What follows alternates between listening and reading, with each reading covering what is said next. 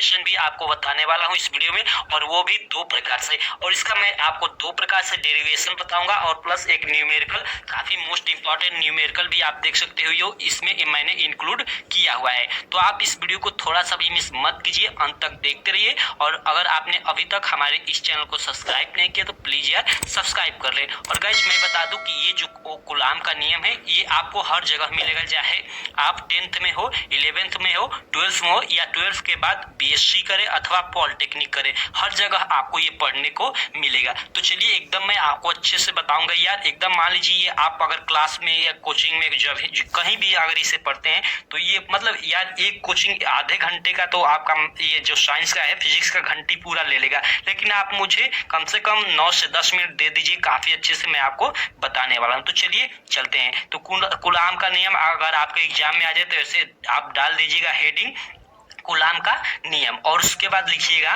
दो बिंदु आवेशों के बीच लगने वाला आकर्षण अथवा प्रतिकर्षण बल उनके गुणनफल के अनुक्रमानुपाती तथा उनके बीच की दूरी के वर्ग के व्युत्क्रमानुपाती होता है। तो देखिए अभी आपको डेरिवेशन बताऊंगा तो ये सब समझ में आ जाएगा। तब मैं इसमें बता दूं कि आकर्षण और प्रतिकर्षण बल क्या होता है। तो आकर्षण बल का मतलब कि देखिए अगर दो तार है, मान लीजिए मेरी दो अंगुलियां दो तार है, तो मान लीजिए एक पे प्लस चार्ज है और एक पे माइनस, तो दोनों अगर सटाएंगे तो इधर मतलब नजदीक लाएंगे तो वो सटेंगे, ठीक है। अगर दोनों पे प्लस प्लस चार्ज हो तो एक दूसरे से अगर मतलब सटाए भी तो वो दूर भागने की कोशिश करेगी, तो वही अगर एक दूसरे को खींचे मतलब सटने की कोशिश करे तो वो आकर्षण बल होता है, और अगर एक दूसरे से दूर भागने की कोशिश करे तो वो प्रतिकर्षण बल होता है, ठीक है। तो वही है कि दो बिंदु आवेशों के बीच लगने वाला आकर्षण अथवा प्रतिकर्षण बल उनके गुणनफल के अनुक्रमानुपाती तथा उनके बीच की दूरी के वर्ग के व्युत्क्रमानुपाती हो। तो वर्ग के मतलब उनके बीच की दूरी के वर्ग के व्युत्क्रमानुपाती हो। इसका मतलब कहने का मतलब कि जितना ही हम इसका दूरी बढ़ाएंगे मतलब वो कम होता जाएगा, उनके बीच का जो बल है,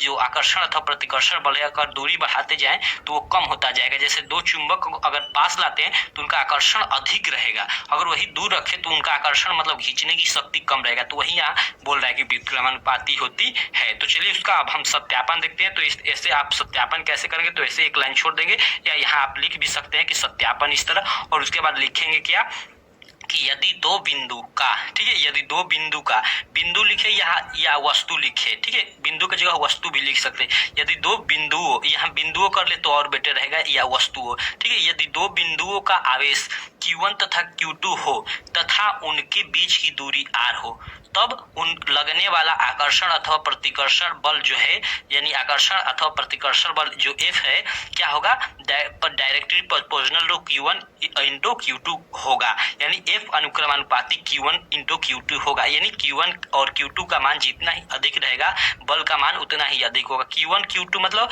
वही आवेश का मान। जैसे अगर ये मान लीजिए दो अंगुलियां मेरी तार है तो इसमें हम लोग की मान लीजिए आवेश ज्यादा रहेगा तो इनमें अधिक स्तर बल लगेगा। आवेश का मतलब कि वही लाइट, मान लीजिए एक में प्लस है एक में माइनस है, तो जितना ही इसका वोल्टेज दोनों का अधिक रहेगा मतलब इसकी सटने की क्षमता उतनी ही अधिक रहेगा। तो वही यहाँ कर रहा है कि जो Q1 और Q2 है दोनों का मान जितना ही अधिक रहेगा उनके दोनों के बीच मतलब सटने के लिए बल अधिक उतना ही अधिक होगा, ठीक है। तो वही यहाँ पे आप इसका इस तरह फिगर बना लेंगे। ये एक वस्तु है और एक ये दूसरी वस्तु है, और इनका आवेश Q1 है और इसका आवेश Q2 है, और इनके जो बीच की दूरी है R है, ठीक है। उसके बाद लिखेंगे ये F proportional to Q1 into Q2 लिखकर और समीकरण नंबर इसे 1 कर लेंगे, ठीक है। या लिखेंगे, ये चित्र बनाकर लिखेंगे, या F directly proportional to 1/r², यानी F व्युत्क्रमानुपाती का ये हो गया 1/r², यानी जो है ये अब इसके बीच की दूरी के व्युत्क्रमानुपाती होगा, यानी जितनी ही बीच की दूरी होगी उतना ही आकर्षण बल कम होगा। तो इसको समीकरण 2 बना लेंगे, और उसके बाद लिखेंगे कि समीकरण 1 तथा समीकरण 2 को हल करने पर, तो समीकरण 1 और समीकरण को 2 हल करने पर F इक्वल टू क्या हो जाएगा, K into Q1 into Q2/r² हो जाएगा। और लिख देंगे जहाँ K एक स्थिरांक है जिसका मान 9 × 10⁻9 न्यूटन मीटर स्क्वायर पर कूलाम स्क्वायर होता है, इस तरह लिख देंगे। और अगर K का मान, अगर देखिए इतना ही आपका डेरिवेशन हो गया, और मैं यहाँ आपको बता दे रहा हूँ एक कि अगर K का मान यहाँ पर रख देते हैं, जैसे हम लोग का सूत्र यही होता है, लेकिन मैंने यहाँ पे K का मान रख दिया तो क्या होता है, देखिए F इक्वल टू, और K की जगह 9 × 10⁻9 रख दीजिए, तो ये 9 × 10⁻9 K की जगह रख दिए, और इंटू का मतलब वही गुणा Q1 इंटू Q2 और बटा R² हम लोग का हो गया है। और इसका मात्रक यहाँ क्या हो जाएगा, न्यूटन, क्योंकि बल का मात्रक न्यूटन होता है। तो फार्मूले में इसी को हम प्रयोग करते हैं। ठीक है, तो देखिए इसका एक प्रकार से और आप डेरिवेशन कर सकते हैं। ठीक है, यहाँ पे मैंने समीकरण बनाकर समीकरण 1 समीकरण 2 बनाकर किया, तो आप इसके अलावा इस तरह से भी कर सकते हैं, डायरेक्ट भी कर सकते हैं। जैसे एफ पर, जैसे ये लिखने के बाद, यहाँ तक लिखने के बाद आप क्या लिखेंगे, इसके जगह पे ऐसे लिखेंगे कि F proportional to Q1 into Q2, या ठीक है, पहले उसके बाद फिगर बना लेंगे। तो इसको लिखकर F proportional to Q1 into Q2 और समीकरण 1 नहीं लिखेंगे अगर दूसरी प्रकार से अगर इस तरह करते हैं तो। ठीक है, और ये चित्र बना लेंगे और उसके बाद लिखेंगे क्या कि या F directly proportional to 1/r square, या फिर दे देंगे या F directly proportional to Q1 into Q2/r square, या ठीक है, या F इक्वल टू के, यहाँ क्या मान लेंगे, स्थिरांक मान लेंगे Q1 इंटू Q2/r स्क्वायर, और लिख देंगे कि जहाँ के एक स्थिरांक है जिसका मान 9 × 10⁻⁹ न्यूटन मीटर स्क्वायर पर कूलाम स्क्वायर होता है। पर यानी प्रति, पर मैं इसे पर भी बोलते हैं, प्रति भी कहते हैं,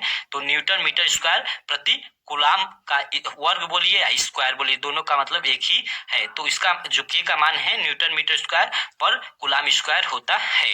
तो इस तरह भी आप डेरिवेशन कर सकते हैं, आप देख सकते हो, इस तरह से भी कर सकते हो या इस तरह से भी कर सकते हो, जिस तरह ये मैं बताया हूँ। ठीक है, इसको लिखने की जरूरत नहीं है आपको। अगर इसको लिखना भी चाहते हैं तो नीचे आप लिख सकते हैं कि निम्न सूत्र में के का मान रखने पर, और उसके बाद ये फार्मूला